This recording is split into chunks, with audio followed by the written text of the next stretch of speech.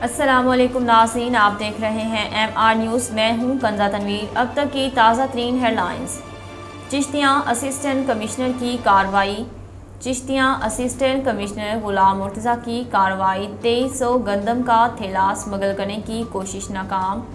Chishtian 3 trailer پر گندم کے 2300 تھیلے شہر سے باہر سمگل کیے جا رہے تھے۔ چشتیاں اسسٹنٹ کمشنر نے موقع پر پہنچ کر گندم کو اپنی تحویل میں لے لیا۔ اسسٹنٹ کمشنر کی جانب سے ملزمان کے خلاف کارروائی کا آغاز۔ سابق وزیر اعظم عمران خان کے مشیر پارلیمانی امور بابر اعوان نے کہا کہ پاکستان تحریک انصاف کے نام کو قومی اسمبلی میں استعمال نہیں کیا جا سکتا۔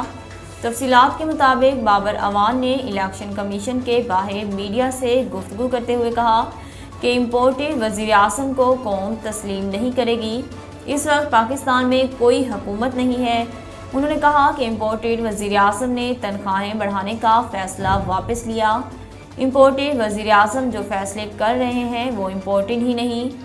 خبریں تھیں کہ ہمارے کسی بھگوڑے کو اپوزیشن لیڈر بنایا جا رہا ہے۔ خواجہ آصف نے کہا ہے کہ لوڈ شیڈنگ کی وجہ سابقہ حکومت کی نااہلی ہے۔ پاکستان مسلم لیگ نون کے رہنما خواجہ محمد آصف نے ٹویٹر پر جاری ایک پیغام میں کہا کہ پاور ڈویژن کے مطابق 18 پاور پلانٹ بیلٹ ٹوٹ جانے اور تاریں خراب ہونے کی وجہ سے بند ہیں۔ انہوں نے کہا کہ 7 پلانٹوں کے پاس ایندھن نہیں، 9 نے بل ادا نہیں کیے، جبکہ یہ سب پلانٹ 7-8 ہزار میگا واٹ بجلی پیدا کر سکتے ہیں۔ وزیر اعظم نے فوری اقدامات کرنے کا حکم دے دیا۔